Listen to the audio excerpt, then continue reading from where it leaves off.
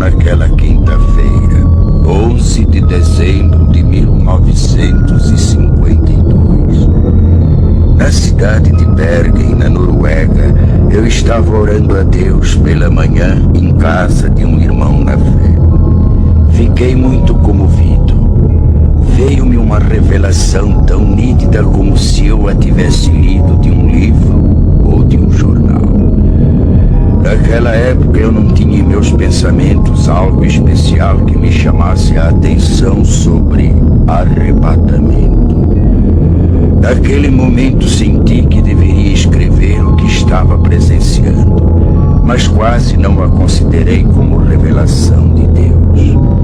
Pensava tratar-se de um fruto de minha própria imaginação. Procurei esquecer escapando aqueles pensamentos, mas faltou-me tranquilidade. E para resolver o dilema, orei a Deus. Senhor, não posso me lembrar de tudo, mas se for de tua vontade, revela-me novamente e eu publicarei esse acontecimento.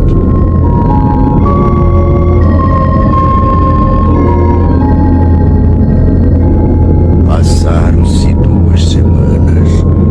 Numa noite, por volta das 22 horas, voltei a ver claramente pela segunda vez a revelação.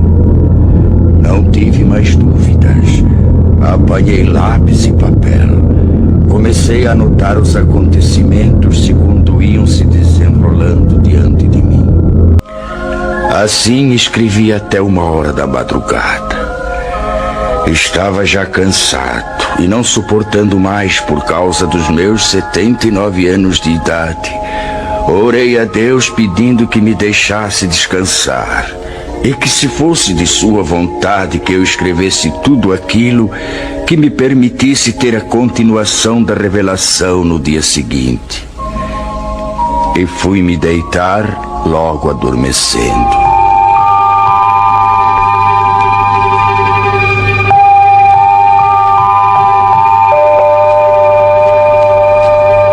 Por uma noite, depois de uma semana, como nas vezes anteriores, veio a mim o restante da revelação, começando exatamente onde havia sido interrompida.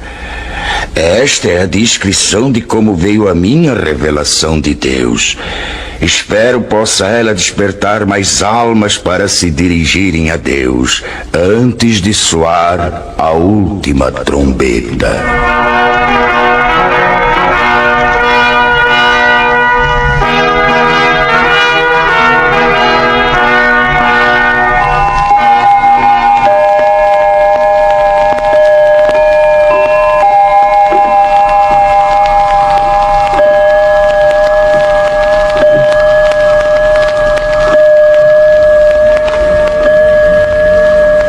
Nove horas da manhã.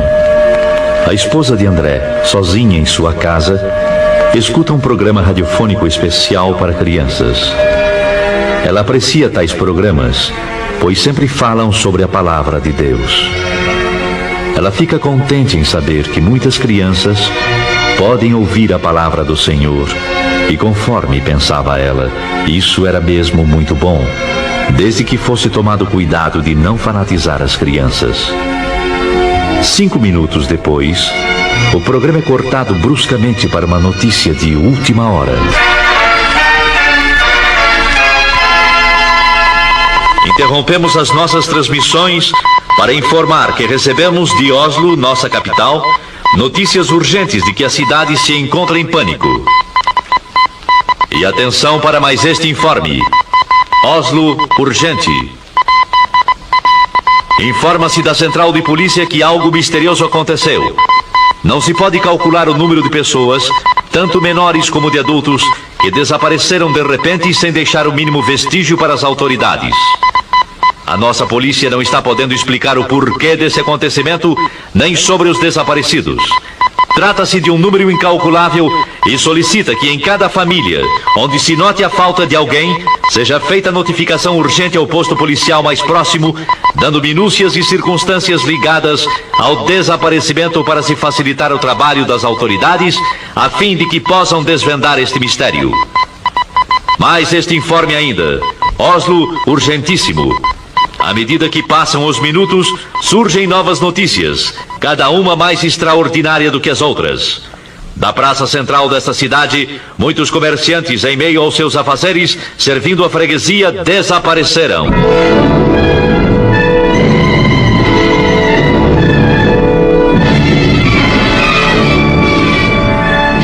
O noticiário contava que um freguês de uma casa de floricultura relatou aos policiais que... Quando eu estava pagando a despesa das minhas compras, o negociante que estava trocando dinheiro sumiu. Sumiu sim, senhores. Sumiu e não se sabe para onde. Eu notei apenas que ouvi umas palavras semelhantes a Glória a Jesus! Glória a Jesus! Glória a Jesus! Então eu não vi mais o negociante. Eu cheguei a esfregar os olhos. Aquilo era inacreditável. Tudo então parecia só uma leve neblina. Mas eu não tinha mais nada para ver.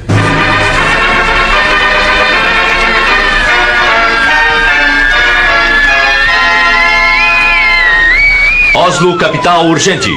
Notícias de última hora informam que uma senhora gritava desesperadamente em plena via pública, jogando fora travesseiros e cobertores de um carrinho de criança, procurando inutilmente dentro do carro seu filhinho de apenas 8 meses de idade.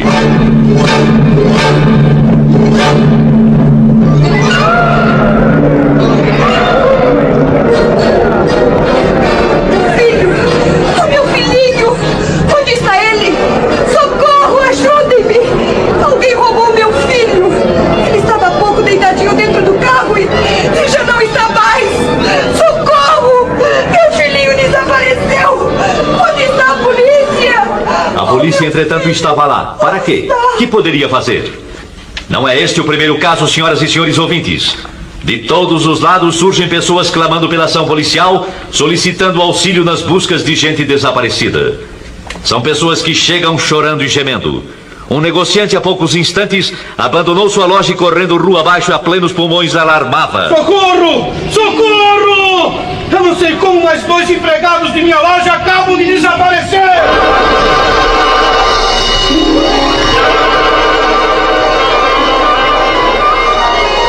São alarmantes, senhoras e senhores ouvintes, as notícias que, além de Oslo, nossa capital, chegam também de Estocolmo, capital da Suécia, e também de Copenhague, na Dinamarca, e de Helsinki, capital da Finlândia. Que será o fim disso? De todas essas partes, os acontecimentos são iguais. Os desaparecimentos das pessoas são iguais. E de todo o interior do país, chegam as mesmas indagações. O que é isso? O que é isso? O que é isso? O que é isso? O que é isso?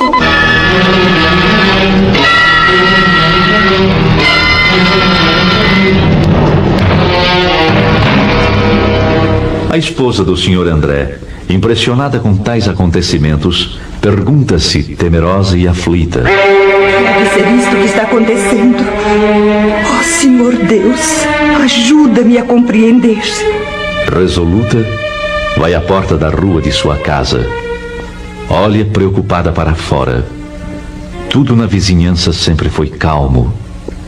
Nem bem chegou ali, e então... O que se passa? Mas aquela é a senhora Hallam, que vem vindo desesperada chamar pela Ruth. A senhora não viu alguma pessoa desconhecida passar por aqui?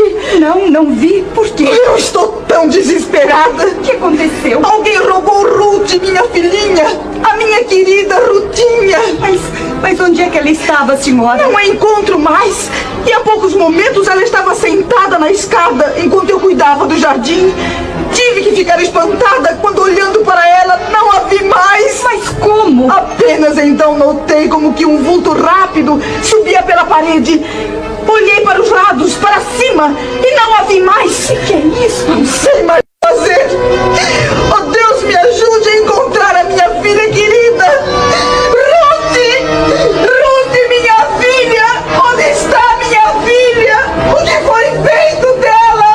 Eu quero a minha Ruth. Era ela. Pobre senhora Hallam. Como está está sofrendo. Estou perplexa com este acontecido. E é igualzinho ao que o rádio está anunciando. Mas que é aquilo? É o meu marido, sim. É o André, e vem vindo apressado como que de volta para casa. O que aconteceu, André? Você chegando em casa a esta hora, tão cedo. São apenas 9:30 da manhã. Oh, minha querida esposa, eu nem sei como lhe explicar. O que foi que houve? Algo muito estranho está acontecendo. Muito estranho? Lá na oficina a confusão é geral. Por quê? Ninguém entende mais nada. De um momento para o outro, alguns colegas desapareceram. O quê? Como se tivesse combinado, entende? Desapareceram sem nenhum aviso. As máquinas estão paradas. Que é isto, meu Deus? Como é que pode, André? Nós pensamos primeiramente em tratar-se de algum desastre. E então começamos a procurar pelos colegas. E nada? Não encontramos nem vestígios deles. Absolutamente nada, André. Absolutamente. E enquanto estávamos a nos entreolhar uns para os outros, ficamos espantados. Quem? Com o que, André? Um dos colegas nossos começou a gritar e a chorar. Era justamente aquele companheiro que sempre dizia ser crente em Jesus e ia constantemente à igreja. O que é que ele dizia? Falava desta maneira: agora sim. Agora foi. Já não há mais jeito. Ah, como é triste. O que farei agora? Foi Jesus. Sim, foi ele que veio buscar o seu povo e eu fui exilado. Que farei? E então caía num pranto desesperado. E você, André? Eu lhe disse para que se calasse, que não falasse tolices. Mas qual? Ele continuou a gritar e eram horríveis os seus gritos. É inacreditável. Enquanto ele continuava a gritar, tivemos a nossa atenção voltada para os outros que ficaram nas mesmas condições. E exatamente por esse motivo, nós deixamos o serviço e agora estamos aguardando notícias. O rádio continua a informar sobre esses desaparecimentos inexplicáveis. Desde as 9h da manhã, André, que são notícias e mais notícias sobre pessoas que em desespero telefonam para a polícia. E todas as respostas são desoladoras. As autoridades não podem fazer nada senão aguardar. Sabe, André? O quê?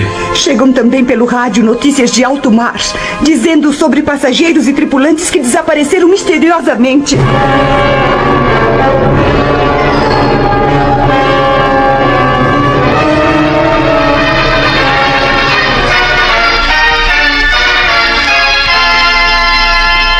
Notícias de última hora. Da maternidade desapareceram todas as crianças recém-nascidas. As mães destas crianças gemem de dor e tristeza e espanto. Médicos, enfermeiras, assistentes estão perplexos, inclusive pelo motivo de estarem faltando também alguns de seus colegas. Acertem seus relógios, exatamente 11h da manhã. Notícias de Londres anunciam que desde as 9h da manhã, os comunicados recebidos de toda a Inglaterra dão conta do inexplicável desaparecimento de pessoas de toda classe social e idade, da mesma maneira, sem explicação alguma. Sabe-se em todo esse mistério que diversos pastores e sacerdotes chamaram os membros de suas igrejas e notaram que os que desapareceram eram justamente os mais piedosos e obedientes a Deus, os mais fiéis nas suas orações, os que dificilmente faltavam aos cultos. Um dos pastores, entre os mais conhecidos de grande igreja, expediu um comunicado convocando todos os seus auxiliares para uma reunião que deverá ser realizada ainda nesta noite. Já são passadas mais de 3h30 desde a primeira notícia deste estranho acontecimento mundial. Dos lugares mais distantes chegam as mesmas notícias. A que mais chamou atenção é a que veio lá da Coreia. Também da Coreia? E qual é? Lá se calcula centenas de milhares de desaparecidos, e entre eles muitos militares das Forças Unidas.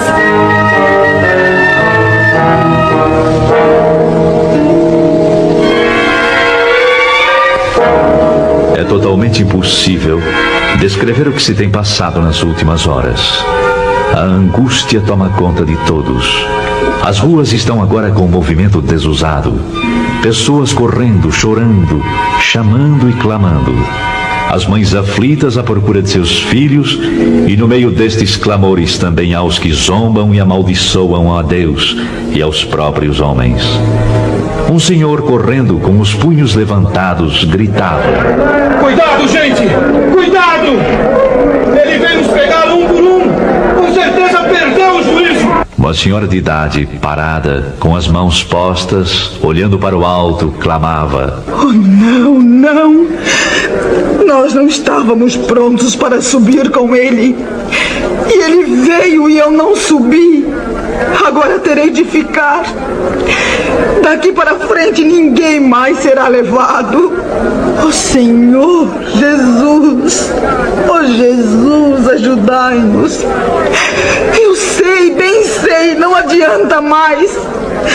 E eu que sempre fui religiosa durante toda a minha vida, mas que nunca pensei que ele viesse assim tão depressa.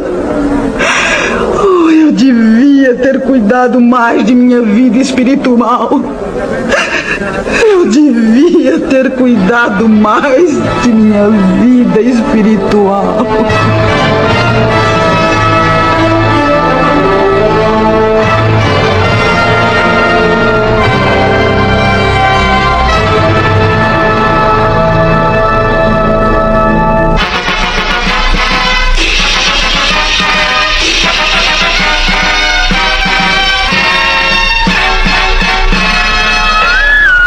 Com informações recém-chegadas, informamos as senhoras e senhores ouvintes que das estradas de ferro chegam-nos notícias de que não houve propriamente nenhum desastre, mas são muitas as composições paradas, algumas até sem os seus respectivos condutores. Todas as buscas feitas têm resultado em vão. Há também passageiros que desapareceram. É o mesmo nas estradas de rodagem. Alguns jornais da tarde não entraram em circulação. Perturbação e nervosismo têm dificultado os trabalhos das autoridades, que se esforçam para a complementação de um relatório exato do número de desaparecidos.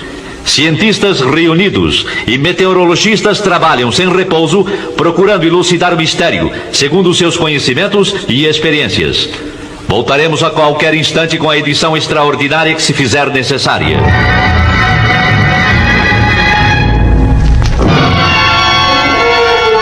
Lá dos Estados Unidos da América do Norte chegam também notícias, primeiramente dos estados do leste. E que dizem elas? O fenômeno é o mesmo como aqui na Noruega. Lá aconteceram desastres graves, com perdas de muitas vidas. Os jornais prometem dar informações mais claras sobre tais acontecimentos nas edições de amanhã. Vamos aguardar agora o noticiário radiofônico das 20 horas.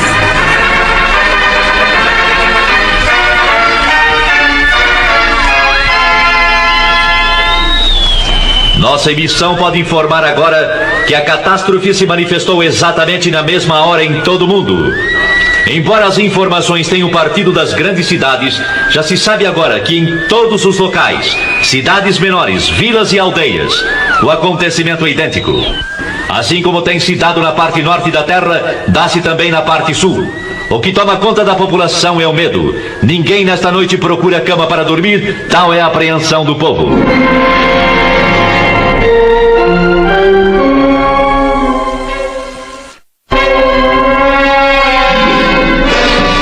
São histéricas as discussões nas ruas por causa de parentes e amigos desaparecidos. Eu sei, eu bem sei.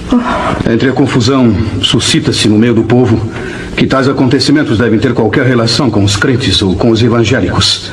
Ou ainda, como costumo dizer, com os religiosos. Se é assim, como é que se explica agora?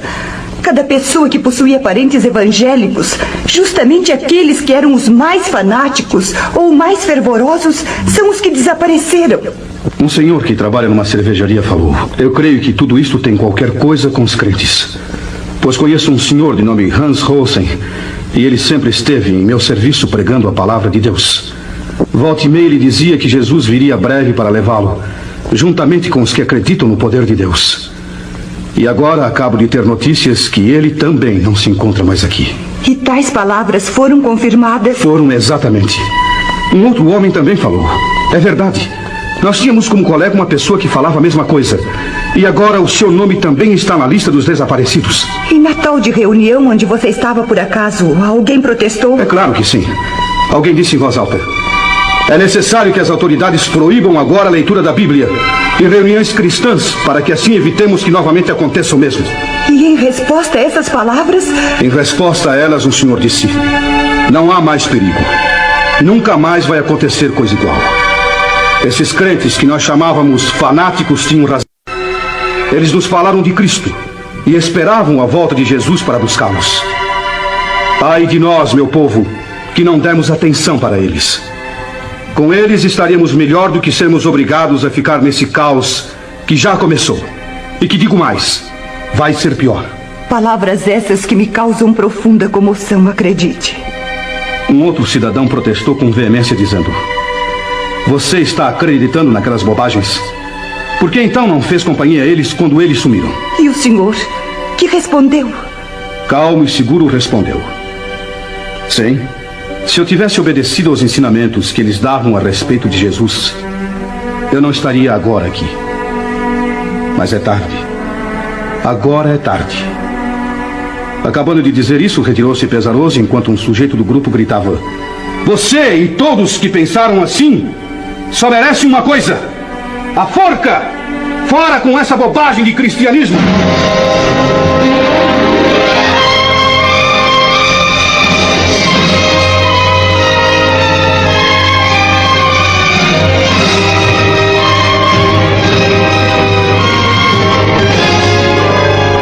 No dia seguinte, nem o rádio podia dar informações para esclarecimento do grande mistério.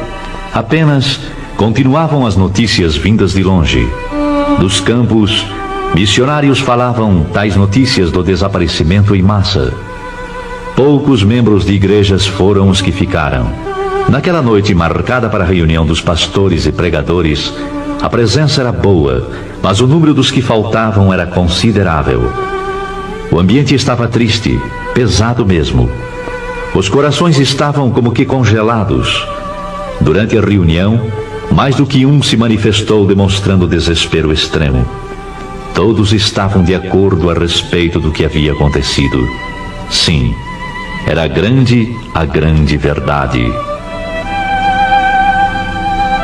Santos tinham sido arrebatados da terra.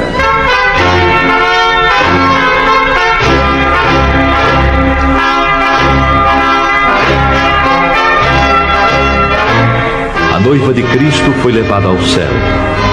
Entre alguns crentes, houve a confissão de que, apesar das preparações teológicas e estudos da palavra de Deus, nunca chegaram a compreender que aquilo seria uma realidade. A verdade é que estavam completamente estranhos ao novo nascimento e longe da adoção de filhos. Um dos mais novos falou: eu nunca aprendi assim. Os professores nunca nos falaram que ia ser como se deu estes dias. Houve nesse momento certas tendências para discussão. Porém, os ânimos estavam abalados demais para que saísse algo aproveitável. E um jornalista presente escreveu: a conclusão dos crentes que ficaram é a seguinte: o que se passou nestes dias, sem dúvida, foi o que está predito na Bíblia Sagrada, ou como está escrito sobre a assunção da noiva, ou que Jesus levou os seus. Isto é tudo que podemos informar no momento. Este comunicado, porém, não foi publicado. As autoridades acharam que tudo aquilo era produto da mente nervosa dos evangélicos e seus ministros. Foi ainda qualificado de fantasia, sem ter nada de realidade. Depois de um acontecimento de envergadura, qualquer pronunciamento de esclarecimento só poderia ser dado pelo governo. E se for provado que tem relação com a religião cristã, o primeiro passo deve ser o do fechamento das igrejas e outros lugares de pregações evangélicas, até que o caso seja devidamente esclarecido. Mas já não se trata de caso nacional, e sim de internacional. No campo religioso, nas igrejas, o ambiente geral é de tristeza. Mas no domingo todas as igrejas e templos estavam repletas. Em certas igrejas não havia pastor. E aqueles que nunca faltavam nos cultos estavam ausentes. Muitas igrejas estão com um número muito reduzido de membros, e em lugar dos crentes estavam aqueles que anteriormente haviam desprezado as mensagens. Eu vi que o povo estava ansioso para conhecer a palavra, mas a Bíblia era como um livro selado. Um senhor procurou ler, mas disse: eu estou vendo as letras, mas não compreendo nada. E deu o livro a outra pessoa que respondeu da mesma maneira. Bastou isso para que todos os presentes começassem a chorar e a gemer.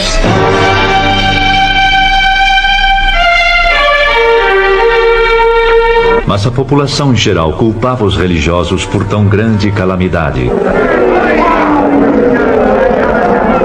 Tudo isso tem acontecido unicamente por causa dos crentes. Sim, é isso mesmo. Esta praga tem vindo sobre nós unicamente por causa deles. Vamos até a igreja e vejamos o que podem eles nos explicar. E a explicação dos que ficaram foi simples, triste e com poucas palavras. O tempo da graça terminou. Mas algumas palavras e no culto iniciou-se a confusão, bem como em todas as reuniões realizadas para tais esclarecimentos. Alguns, levantando-se, começavam a culpar o pregador. A culpa é sua! Muitos não subiram porque você nunca esclareceu como deveria fazer, anunciando que a vinda de Jesus estava perto. Nunca esclareceu que devíamos ter um coração purificado e cheio do Espírito Santo e que sempre deveríamos estar retos diante de Deus e também dos homens. Agora eu sei o que foi que me impediu de ir de encontro a Jesus. Foram justamente as mínimas coisas que eu julgava sem importância e que não me impediriam de ir ao céu. E eis que aqui estou. Tem misericórdia de mim. Ajuda-me! Ajuda-me! Calem a boca. Eu fiz o meu dever. Fiz o meu dever e fiz mais ainda.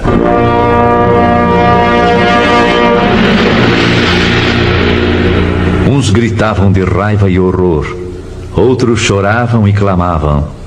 Era inútil. A porta estava fechada para sempre.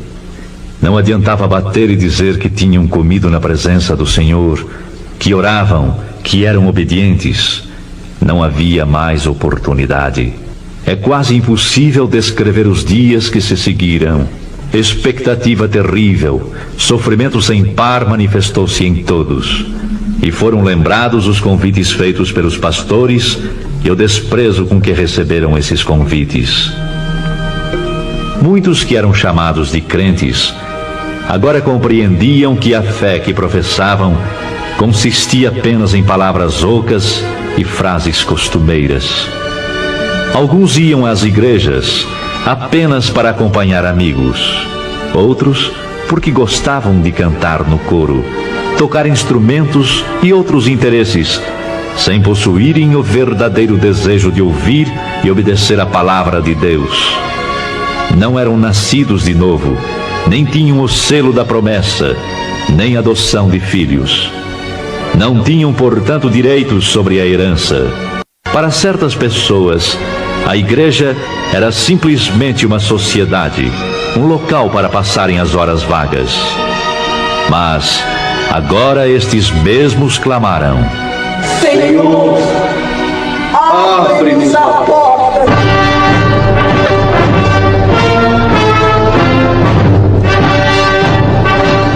Para espanto e preocupação maior, surgem os rumores de que a Terceira Guerra Mundial está prestes a ser iniciada. As relações entre Oriente e Ocidente foram cortadas. Dos regimes que pertencem ao bloco comunista, anuncia-se que foram proibidas toda e qualquer reunião evangélica. Estavam, pois, já reconhecendo que a perturbação existente e a desordem geral, os culpados eram os crentes. Para maior confusão, é anunciado que está em vigor a pena capital para todo aquele que pronunciar o nome de Jesus. Então é chegada a hora de varrer sobre a terra a praga chamada cristianismo. Morte certa também para os que guardam em sua casa alguma coisa que faça lembrar de Jesus Cristo e seus ensinamentos.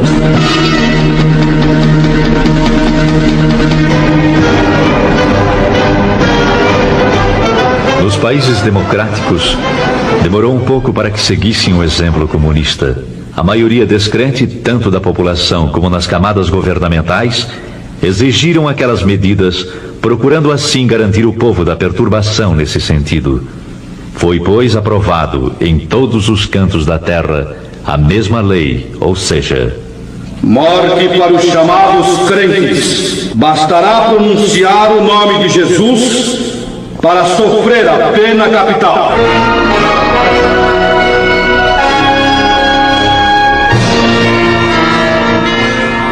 E com estes acontecimentos, inicia-se a época mais terrível da história humana.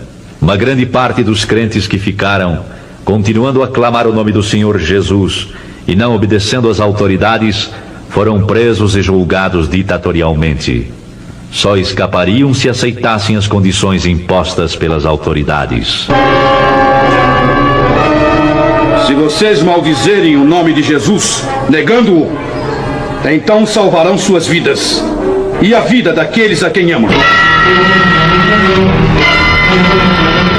Para a perplexidade das autoridades, milhares ficaram firmes no propósito de testificarem que eram de Jesus e não o negariam, qualquer que fosse o resultado.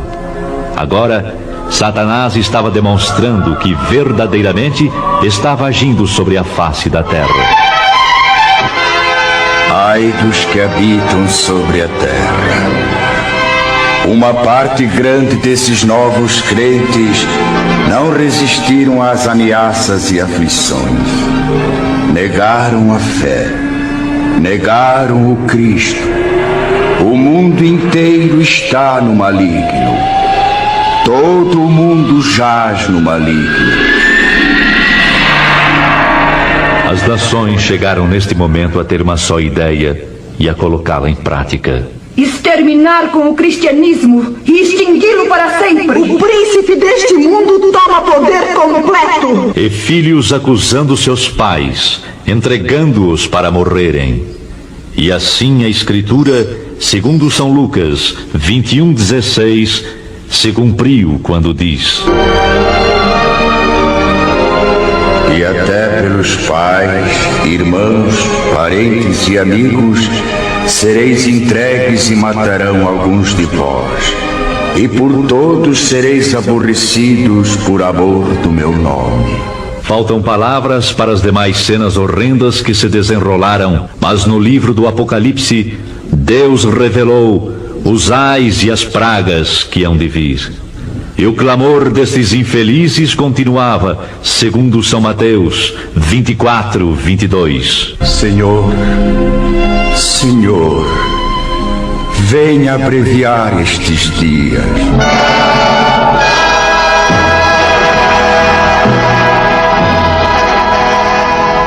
E assim termina a descrição da revelação que a mim veio quando me encontrava no dia 11 de dezembro de 1952 em Bergen, na Noruega.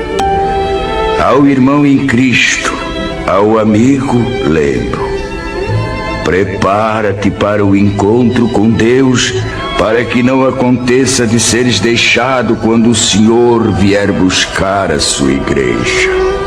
A noiva hoje mesmo procura a face do Todo-Poderoso e pede, com o coração quebrantado e contrito, que a graça e a luz te sejam concedidas pelo Espírito Santo.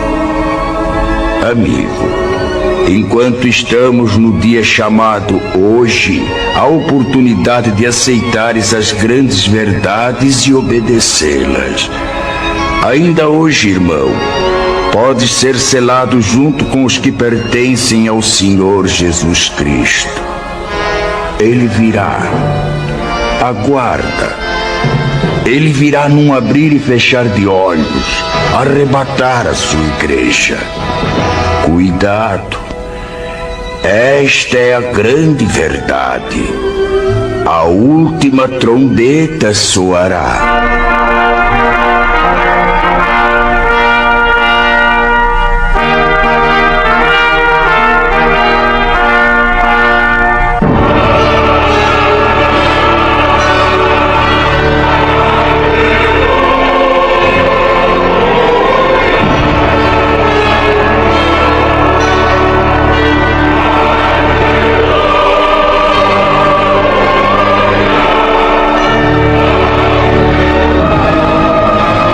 Esta foi a revelação recebida por um servo de Deus, Olaf Rode, sobre o arrebatamento da Igreja de Cristo. Seu tradutor é o virtuoso missionário Erik Alder Peterson, que lembra a todos esta seguinte advertência autêntica: A vinda de Jesus está próxima. E como vai ser quando ele vier e os dias que se seguem? Podemos relembrar nestas poucas cenas que ouvimos, com todas as ocorrências, que milhares sejam despertados e se preparem para o grande dia da última trombeta. É o que eu desejo de coração.